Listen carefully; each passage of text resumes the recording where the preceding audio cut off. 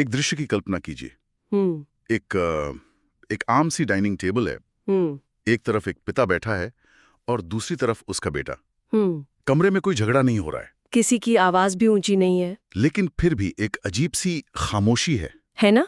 बिल्कुल, एक ऐसी खामोशी जहां दोनों के बीच जैसे हजारों मील का फासला है। और वजह वजह? वजह है एक 6 इंच की चमकती हुई स्क्रीन। हाँ, वो स्मार्टफोन जो आजकल हर हाथ में होता है। सही कहा। आज की इस विस्तृत चर्चा में, इस डीप डाइव में, हम इसी खामोशी और इसी फासले को डिकोड करने वाले हैं। और इसके लिए हमारे पास एक बहुत ही दिलचस्प सोर्स है। हाँ, हमारे पास पिता और पुत्र का संबंध .docx नाम का एक दस्तावेज है।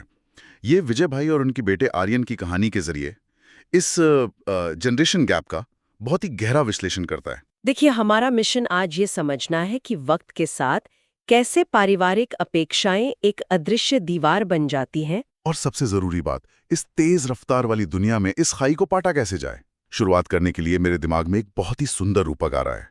अच्छा, बताइए। पिता और पुत्र का रिश्ता ना एक विशाल बरगद के पेड़ की तरह होता है। बरगद का पेड़। हाँ, एक ऐसा पेड़ जिसकी जड़ों में बहुत गहरा आधार है और जिसकी शाखाओं में ढेर सारी अपेक्षाएं हैं। वाह, ये बरगद के पेड़ वाली उपमा बहुत ही सटीक है। और जैसे जैसे ये पेड़ बड़ा होता है ना, उसकी शाखाएं नई दिशाओं में नए आसमान की तरफ फैलने लगती हैं। और असली चुनौती वहीं से शुरू होती है। बिल्कुल। अगर हम थोड़ा और गहराई से देखें तो ये सिर्फ विजय भाई और आर्यन नाम की दो लोगों का पारिवारिक मामला नहीं है। सही बात है, ये तो हर घर की कहानी लगती है। हाँ, ये हमारे समाज के हर उस घर की कहानी है जहाँ एक तरफ अनुभव है जो अपनी जड़ों से जुड़ा रहना चाहता है, और दूसरी तरफ आधुनिकता है जो नई हवाओं के साथ उड़ना चाहती है। एग्जैक्टली। अनुभव और आधुनिकता का ये जो घर्षण है, ये आज के दौर का एक बड़ा मनोवैज्ञानिक सच बन चुका है। हमें ये समझना होगा कि ये बदलाव आखिर काम कैसे करता है। तो चलिए इस बदलाव की जड़ तक चलते हैं। इस टकराव की गंभीरता को समझने के लिए ना, हमें पहले उस दौर में जाना होगा जहां कोई टकराव था ही नहीं। वो बचपन का सुनहरा दौर। हाँ, 80 और 90 के दशक का वो समय जब विजय भाई अपने बेटे को बेहतरीन सुविधाएं देने के लिए जीवन का हर संभव संघर्ष कर रहे थे। उस वक्त घर का माहौल बहुत अलग था। सीधा साधा माहौल जहां अनुशासन ही सब कुछ था। जब पिता शाम को ऑफिस से थके हारे लौटते थे तो आर्यन दौड़कर गले लगता था। वो घोड़ा घोड़ा खेलते थे। तब पिता एक सुपर हीरो होते थे बच्चे के लिए, एक रोल मॉडल। पिता ज्ञान का भंडार थे और पुत्र उनका ही विस्तार था। चलिए इसको थोड़ा खोलकर समझते हैं। मुझे लगता है कि ये दौर एक खाली हार्ड ड्राइव की तरह था। खाली हार्ड ड्राइव? ये दिलचस्प है। हाँ, मतलब पिता जो भी संस्कार या नियम डालते थे, जैसे सच बोलना है, बड़ों के सामने पैर नहीं पसारना है, हाँ हाँ, पुत्र उस डेटा को बिना किसी सवाल के, बिना किसी एरर मैसेज के सीधे सेव कर लेता था। हार्ड ड्राइव वाला ये उदाहरण इस पूरी प्रक्रिया को बहुत अच्छी तरह समझाता है। मनोवैज्ञानिक नजरिए से देखें तो बचपन में जेनरेशन गैप इसलिए नहीं होता क्योंकि उस वक्त बच्चे का अपना कोई स्वतंत्र वैचारिक अस्तित्व नहीं होता। मतलब उसका अपना कोई ऑपरेटिंग सिस्टम या ओएस नहीं होता। सही पकड़ा आपने। उसकी दुनिया की खिड़की उसके माता पिता ही होते हैं। बच्चा दुनिया को पूरी तरह से पिता की नजर से देखता है। पिता के नियम ही उसके लिए ब्रह्मांड के नियम होते हैं। बिल्कुल। लेकिन जैसे जैसे बच्चा बड़ा होता है, कॉलेज जाता है, वो बाहरी दुनिया के नेटवर्क से जुड़ता है। और फिर बाहरी डेटा डाउनलोड होने लगता है। हाँ, नए विचार और नए अनुभव आने लगते हैं और उसका अपना एक नया सॉफ्टवेयर विकसित होने लगता है। और देखिए, समस्या तब आती है जब वो नया सॉफ्टवेयर पुराने हार्डवेयर के साथ कंपैटिबल नहीं होता। यहीं से तो पहली दरार शुरू होती है। सही कहा। जैसे ही आर्यन कॉलेज जाता है, टेक्नोलॉजी और व्यक्तिगत स्वतंत्रता जैसे भारी शब्द घर के अंदर आते हैं। सबसे पहला और बड़ा टकराव होता है करियर को लेकर। विजय भाई के लिए जीवन का सबसे बड़ा लक्ष्य है स्थिरता, यानी स्टेबिलिटी। वो चाहते हैं कि बेटा कोई सरकारी नौकरी करे या एक सुरक्षित अकाउंटेंट बन जाए। पर आर्यन की आंखों में तो डिजिटल मार्केटिंग और स्टार्टअप के सपने हैं। पिता का तर्क है कि इंटरनेट के इस धंधे का कोई भरोसा नहीं, इसलिए पेंशन वाली नौकरी चुनो। और आर्यन का तर्क क्या है? कि पूरी दुनिया एक लैपटॉप में समा गई है, जमाने के साथ चलना होगा। एक मिनट, मैं यहाँ थोड़ा सा पुशबैक देना चाहूंगा। मैं आपसे एक सवाल पूछता हूँ। हाँ, पूछिए। क्या आर्यन अपनी जगह बिल्कुल सही नहीं है? मतलब अगर दुनिया सच में डिजिटल हो रही है तो पुराने तरीकों से चिपके रहना तो किसी भी एंगल से समझदारी नहीं है। क्या पिता की सुरक्षा की ये चाहत दरअसल अनजाने में बेटे की प्रगति में बाधा नहीं बन रही? यहाँ सबसे आकर्षक बात यह है कि अगर हम इसको सिर्फ सही और गलत के चश्मे से देखेंगे ना, तो हम मुद्दे को समझ ही नहीं पाएंगे। अच्छा, तो फिर ये क्या है? ये सही या गलत का टकराव है ही नहीं। ये दो बिल्कुल अलग अलग मानसिकताओं का टकराव है। दो अलग युगों के सर्वाइवल मैकेनिज्म आपस में टकरा रहे हैं। सर्वाइवल मैकेनिज्म, थोड़ा समझाइए इसको। देखिए, पिता के लिए सुरक्षा महत्वपूर्ण इसलिए है क्योंकि उनकी न्यूरोलॉजिकल वायरिंग में अभाव और संघर्ष का डेटा फीड है। उनके वक्त में अवसर कम थे, जोखिम ज्यादा था। हाँ, उनके लिए दुनिया एक खतरनाक जगह थी जहां स्थिरता ही बचाव था। सही। और दूसरी तरफ पुत्र के लिए जीवन एक एडवेंचर है, एक साहस है। उसके पास इंटरनेट है, अपार संभावनाएं हैं। उसको रिस्क लेने में मजा आता है। यानी एक इंसान दुनिया को बचाने की कोशिश कर रहा है और दूसरा दुनिया को जीतने की कोशिश कर रहा है। एग्जैक्टली। दोनों अपने अपने ऑपरेटिंग सिस्टम के हिसाब से बिल्कुल लॉजिकल व्यवहार कर रहे हैं। वाह, मतलब दोनों सही हैं, बस काम करने का तरीका अलग है। पिता एक एंटीवायरस की तरह है जो सिस्टम को क्रैश होने से बचाना चाहते हैं, और बेटा एक नई गेमिंग ऐप की तरह है जो स्पीड बढ़ाना चाहता है। और ये वैचारिक घर्षण सिर्फ करियर तक तो सीमित नहीं रहता। बिल्कुल नहीं। वो डाइनिंग टेबल वाला दृश्य याद कीजिए जहां से हमने शुरुआत की थी। आर्यन खाना खाते वक्त अपने फोन में लगा है। पिता को ये अपना अपमान लगता है। उन्हें लगता है बेटा उन्हें इग्नोर कर रहा है। और आर्यन को लगता है कि पिताजी बस बेवजह रोक टोक कर रहे हैं, खा ही तो रहा हूं ऐसा कुछ। ये जो डाइनिंग टेबल वाला हिस्सा है ना, ये समाजशास्त्र का एक बहुत बड़ा विषय है। भारतीय घरों में डाइनिंग टेबल सिर्फ खाना खाने की जगह नहीं होती। हाँ, ये तो वो मंच है जहां पूरा परिवार अपनी एकजुटता महसूस करता है। दिन भर की बातें होती हैं। सही कहा। तो जब वहां कोई स्क्रीन आ जाती है तो वो सिर्फ ध्यान नहीं भटकाती, वो इंसान को मानसिक रूप से गायब कर देती है। और पिता के लिए यह सिर्फ एक इलेक्ट्रॉनिक डब्बे का मुद्दा नहीं है, यह उनके परिवार की एकता और उनके अथॉरिटी पर हमला है। बिल्कुल। और ये अथॉरिटी वाली बात तब एक बहुत बड़ी मनोवैज्ञानिक दीवार बन जाती है जब आर्यन की शादी होती है। हाँ, जब उसकी पत्नी नेहा आती हैं, जो आधुनिक विचारों वाली हैं, अब आर्यन के फैसले पूरी तरह से स्वतंत्र होने लगते हैं। एक बहुत आम लेकिन गहरा प्रसंग आता है इस सोर्स में। वो नया फर्नीचर वाला? हाँ, आर्यन घर के लिए नया फर्नीचर और इंटीरियर का काम बिना पिता से पूछे ऑर्डर कर देता है। और जब वो फर्नीचर घर आता है तो पिता की व्यथा देखने वाली होती है। वो कहते हैं, क्या इस घर में मेरी कोई कीमत नहीं है? कम से कम एक बार पूछना तो चाहिए था। लेकिन आर्यन का नजरिया देखिए। वो सोचता है, मेरा घर है, मुझे रहना है, इसमें पूछने जैसा क्या था। अगर हम यहाँ शब्दों पर ध्यान देना तो तस्वीर बहुत साफ हो जाती है। जिसे बेटा स्वतंत्रता यानी इंडिपेंडेंस कह रहा है, पिता उसी चीज को उपेक्षा या निग्लेक्ट महसूस कर रहे हैं। ये इतना कॉमन है कि आजकल हर तीसरे घर में ये डायलॉग सुनने को मिल जाता है। ये मनोविज्ञान का एक क्लासिक मामला है। यहाँ झगड़ा नए सोफे के रंग का या डिजाइन का है ही नहीं। समस्या है अधिकार और अस्तित्व की। अस्तित्व की समस्या। देखिए, एक इंसान जिसने 30-40 साल तक परिवार का हर छोटा बड़ा फैसला लिया है, घर चलाया है, उसकी पहचान ही बन चुकी है निर्णय लेने वाले की। और जब अचानक उससे पूछे बिना बड़े फैसले होने लगे तो उसे लगता है उसका वजूद मिट रहा है। ये बुजुर्गों के लिए एक एग्जिस्टेंशियल थ्रेट बन जाता है।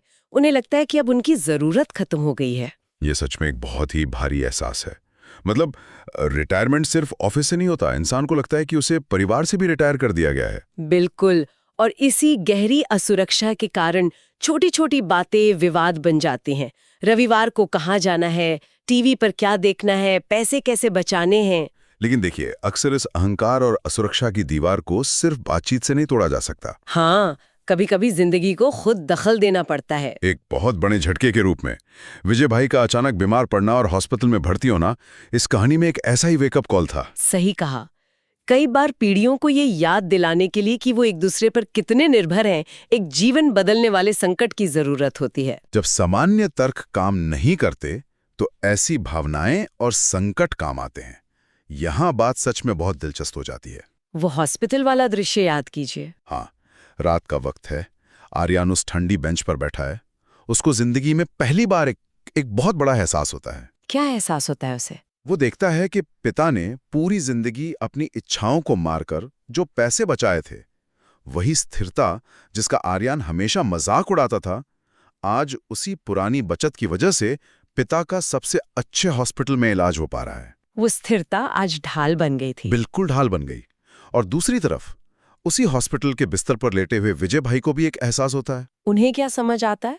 उन्हें समझ आता है कि जिस स्मार्टफोन को वो हमेशा एक बीमारी समझते थे, एक डब्बा समझते थे, उसी फोन और आधुनिक तकनीक की स्पीड से आर्यन ने कुछ ही सेकंड्स में बेस्ट डॉक्टर्स की अपॉइंटमेंट ले ली। ऑनलाइन पेमेंट्स कर दिए, टेस्ट्स बुक कर दिए, सब कुछ अपनी उंगलियों पर संभाल लिया। अगर हम इसको बड़ी तस्वीर से जोड़ें तो क्या समझ आता है? अगर हम इसे बड़ी तस्वीर से जोड़ें तो हम देखेंगे कि इस संकट ने उन दोनों को अपनी अपनी करेंसी का आदान प्रदान करने पर मजबूर कर दिया। करेंसी कैसे? पिता के पास स्थिरता और बचत की करेंसी थी, बेटे के पास गति और टेक्निक की करेंसी थी। दोनों को समझ आ गया कि किसी एक की अकेले की करेंसी से ये संकट पार नहीं हो सकता था। वाह, ये बहुत अच्छी बात कही आपने। असल जीवन में पीढ़ियों को एक दूसरे की सख्त जरूरत होती है। जब पुराना तजुर्बा और नई टेक्निक मिलते हैं तभी बड़ा पहाड़ पार किया जा सकता है। जैसे आपने शुरू में बरगद के पेड़ का रूपक दिया था ना, एक के पास मूल यानी जड़ें हैं और दूसरे के पास शाखाएं हैं। जड़ें पेड़ को उखाड़ने नहीं देती और शाखाएं उसे नया जीवन देती हैं। सही, लेकिन सिर्फ एहसास हो जाना ही आखिरी मंजिल नहीं है। बिल्कुल नहीं। उस एहसास को एक सार्थक संवाद में, एक अच्छी बातचीत में बदलना सबसे जरूरी है। और ये हमें कहानी के सबसे महत्वपूर्ण हिस्से की तरफ ले जाता है, बालकनी का संवाद। हाँ, हॉस्पिटल से आने के कुछ दिन बाद विजय भाई बालकनी में बैठे हैं। आर्यन उनके पास लैपटॉप पर काम कर रहा है और पिता वहां फिर से उस लैपटॉप को डब्बा कह देते। पर इस बार आर्यन भड़कता नहीं है।